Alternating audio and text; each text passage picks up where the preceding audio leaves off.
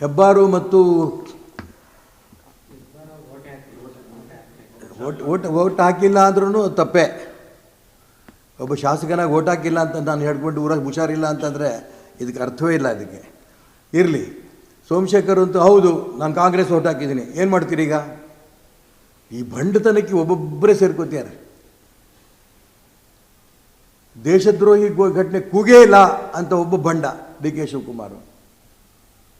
ಈ ರೀತಿ ಬಂಡತನದ ಮತ್ತೊಂದು ಹೇಳಿಕೆ ಇವತ್ತು ಎಸ್ ಟಿ ಸೋಮಶೇಖರ್. ನಾನು ವೈಯಕ್ತಿಕವಾಗಿ ಖಂಡಿತ ಅವ್ರನ್ನ ಟೀಕೆ ಮಾಡೋಕ್ಕೆ ಇಷ್ಟಪಡಲ್ಲ. ನಿಮ್ಮ ಅಧಿಕಾರಕ್ಕೋಸ್ಕರ ಇವೇನು ಬೇಕಾದ್ರೂ ಮಾಡ್ತೀರಲ್ಲ. ಹಾಗಾರಲ್ಲಿ ಇದಕ್ಕೆ ಹೋಗಿದ್ರಲ್ಲ, ಹಿಮಾಚಲ ಪ್ರದೇಶಕ್ಕೆ ಹೋಗಿ ಮೊನ್ನೆ ಡಿ ಕೆ ಶಿವಕುಮಾರ್ ಅಲ್ಲಿ ಪಕ್ಷದ ವಿರುದ್ಧವಾಗಿ ವೋಟ್ ಮಾಡಿ ಆ ಶಾಸಕರ ಬಗ್ಗೆ ಏನು ಹೇಳ್ತೀರಿ? ಅಲ್ಲಿ ಶಾಸಕರು ಈ ರೀತಿ ತಪ್ಪು ಮಾಡಿದ್ದಾರೆ ಅನ್ನೋಂಥ ಲೆಕ್ಕದಲ್ಲಿ ಅವ್ರನ್ನ ಶಾಸಕ ಸ್ಥಾನದಿಂದ ಅಲ್ಲಿ ಸ್ಪೀಕರು ಅನರ್ಹಗೊಳಿಸಿರೋಂಥ ಸಂದರ್ಭದಲ್ಲಿ ಕರ್ನಾಟಕ ರಾಜ್ಯದ ಮಾನ್ಯ ಖಾದರ್ ಅವರು ಯಾಕೆ ಎಸ್ ಟಿ ಸೋಮಶೇಖರ್ ಅವ್ರನ್ನ ಅನರ್ಹಗೊಳಿಸಲ್ಲ? ಇದು ಕಾಂಗ್ರೆಸ್ ಪಕ್ಷದ ದ್ವಂದ್ವ ನೀತಿ ಅಲ್ವಾ? ಕಾಂಗ್ರೆಸ್ಸಿನ ಶಾಸಕರು ಬೇರೆ ಪಕ್ಷಕ್ಕೆ ಮತ ಹಾಕಿದರೆ ಅದು ಅನರ್ಹಗೊಳಿಸ್ತೀರಿ. ಬಿ ಜೆ ಪಿ ಶಾಸಕರು ಕಾಂಗ್ರೆಸ್ಗೆ ಓಟ್ ಹಾಕಿದರೆ ಆ ಶಾಸಕ ಸ್ಥಾನ ಉಳಿಸ್ತೀರಿ. ಇದು ಬಹಳ ದಿನ ನಡೆಯಲ್ಲ ಅನ್ನೋಂಥ ಅಂಶವನ್ನು ಸ್ಪಷ್ಟವಾಗಿ ನಾನು ಹೇಳೋಕ್ಕೆ ಇಷ್ಟಪಡ್ತೇನೆ. ಹೆಬ್ಬಾರು ಮತ್ತು ಓಟ್ ಹಾಕಿಲ್ಲ ಅಂದ್ರೂ ತಪ್ಪೇ. ಒಬ್ಬ ಶಾಸಕನಾಗಿ ಓಟ್ ಹಾಕಿಲ್ಲ ಅಂತ ನಾನು ಹೇಳ್ಕೊಂಡು ಊರಾಗ ಹುಷಾರಿಲ್ಲ ಅಂತಂದರೆ ಇದಕ್ಕೆ ಅರ್ಥವೇ ಇಲ್ಲ. ಅದಕ್ಕೆ ಇರಲಿ. ಸೋಮಶೇಖರ್ ಅಂತೂ ಹೌದು ನಾನು ಕಾಂಗ್ರೆಸ್ ಓಟ್ ಹಾಕಿದ್ದೀನಿ, ಏನು ಮಾಡ್ತೀರಿ ಈಗ? ಈ ಬಂಡತನಕ್ಕೆ ಒಬ್ಬೊಬ್ಬರೇ ಸೇರ್ಕೋತಾರೆ.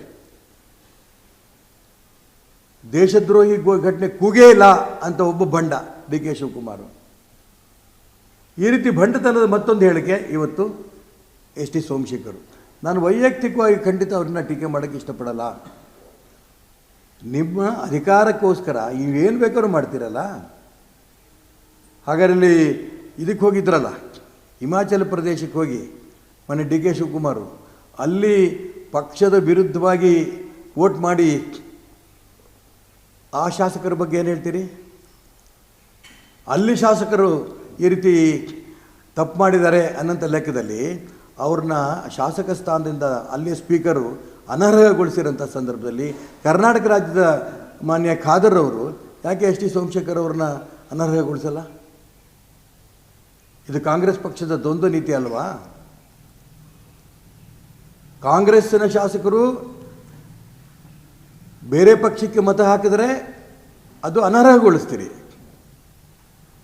ಬಿ ಜೆ ಪಿ ಶಾಸಕರು ಕಾಂಗ್ರೆಸ್ಗೆ ಓಟ್ ಹಾಕಿದರೆ ಆ ಶಾಸಕ ಸ್ಥಾನ ಉಳಿಸ್ತೀರಿ. ಇದು ಬಹಳ ದಿನ ನಡೆಯಲ್ಲ ಅನ್ನೋಂಥ ಅಂಶವನ್ನು ಸ್ಪಷ್ಟವಾಗಿ ನಾನು ಹೇಳೋಕ್ಕೆ ಇಷ್ಟಪಡ್ತೇನೆ. ಬೆಂಗಳೂರಿನಿಂದ ಮಂಗಳೂರುವರೆಗೆ, ಬೀದರ್ನಿಂದ ಚಾಮರಾಜನಗರದವರೆಗೆ ನಿಮ್ಮ ಸುದ್ದಿ ನಿಮ್ಮದೇ ಭಾಷೆಯಲ್ಲಿ ಕರ್ನಾಟಕ ತಕ್.